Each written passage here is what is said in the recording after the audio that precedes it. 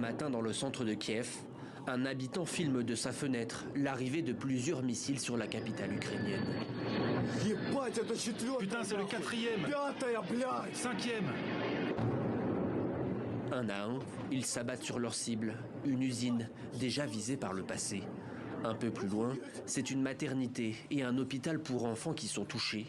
Plusieurs morts sont à déclarer, dont des mineurs.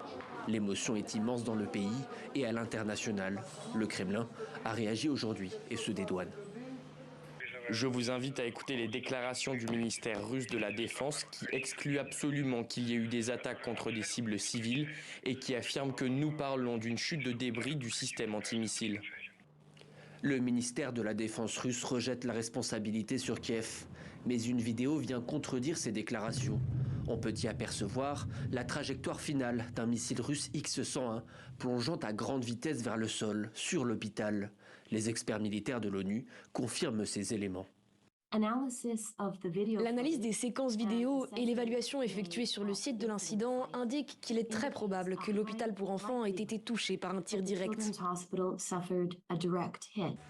Les témoins sur place affirment que l'édifice a été frappé plusieurs fois, ce qui confirmerait l'intentionnalité.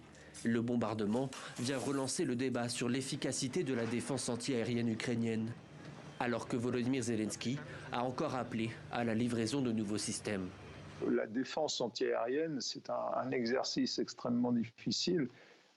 Si on veut atteindre 100%, c'est quasiment impossible de protéger un territoire aussi grand que l'Ukraine, toutes les cibles de valeur, les populations, les troupes qui sont au contact, les centres énergétiques. Donc, globalement, la réussite des Ukrainiens avec les armements occidentaux, elle n'a cessé de croître et elle est très bonne. On est assez largement au-dessus de 80%. Vous allez me dire, s'il y en a 8 qui sont arrêtés, il y en a 2 qui passent. C'est vrai. Le Conseil de sécurité des Nations Unies va tenir aujourd'hui une réunion d'urgence au sujet des frappes sur Kiev.